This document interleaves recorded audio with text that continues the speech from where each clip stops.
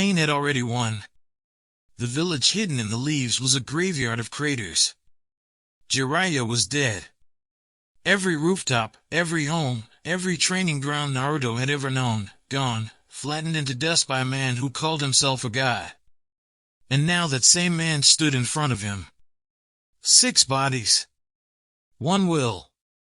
1 purpose. To end Naruto Uzumaki. But Naruto didn't run.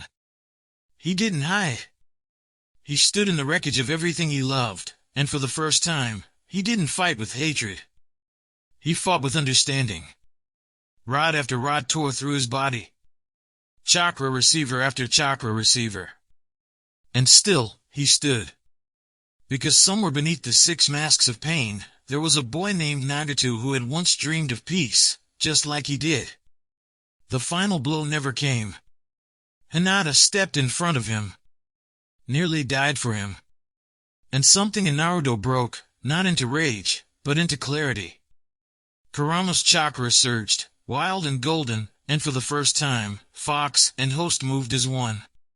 Pain fell. And Nagato, the real Nagato, broken, dying, chained to a wheelchair that had carried more grief than any man should bear, looked at the boy he had just tried to kill. He expected hatred. He got a hand. "You could have killed me," Nagato whispered. "Why didn't you?" Naruto knelt beside him, bruised, bleeding, barely standing himself. "Because Jiraiya Sensei believed in you. And I believe in what he believed." For a long moment, neither of them spoke. 2 orphans of the same war, on opposite sides of a fight neither of them had chosen. Then Nagato made a decision that would rewrite everything. He raised his hand. The seal for Rinne rebirth. The jutsu that would return every life lost in the invasion, at the cost of his own. Konan screamed his name. Naruto reached out, too late to stop him, too late to argue. The chakra of Rinne rebirth ignited, and across the ruins of Konoha, the dead began to breathe again. But something was wrong. Nagato's body convulsed. The jutsu was tearing through what little life force he had left, faster than it should have. His eyes, once sharp with the weight of the Rinnegan, began to dim. He was not just spending his life. He was being erased. Naruto saw it happen in real time. The man who had just given the village back its life was fading in front of him, and this time, there would be no revival for him. And Naruto did something no one expected. Not Konan. Not Nagato. Not even Kurama, who felt it happen through their shared chakra network before Naruto himself understood what he was doing. He grabbed Nagato's hand.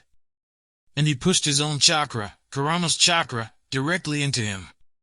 "Kid, what are you?" Kurama's voice roared inside his mind, half warning, half disbelief.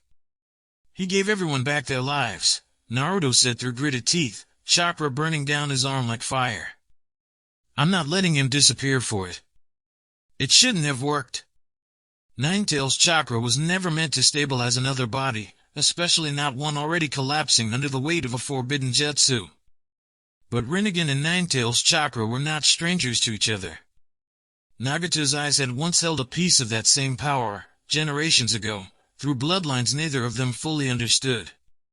For a moment, the 2 of them were connected by something older than the fight that had just ended between them.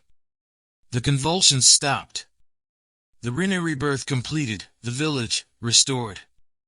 And beneath the light of it, 2 broken shinobi lay in the crater where the fight had started, both breathing. Both alive. Konan reached them first. She had already accepted that she'd lost him, had already begun grieving in the space of seconds it took to cross the battlefield.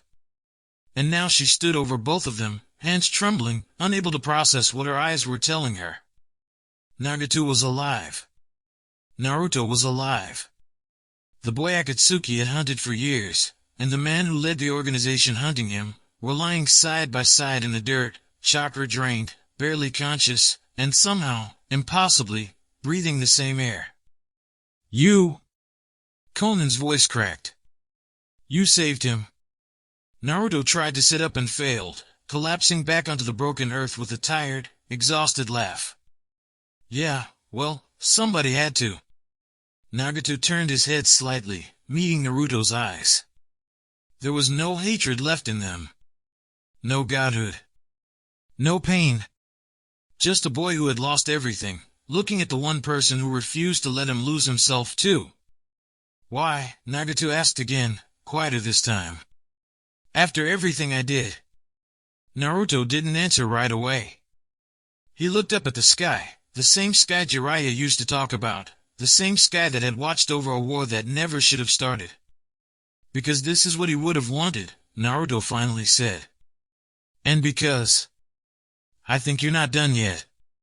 Behind them, the first shinobi of Konoha were beginning to stir, resurrected, confused, alive. Word would reach the village within minutes. Word would reach the 5 Kage within the hour.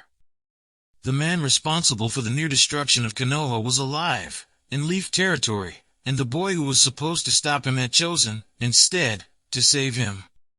Whatever came next, the questions, the accusations, the impossible alliance no one asked for, none of it would matter yet.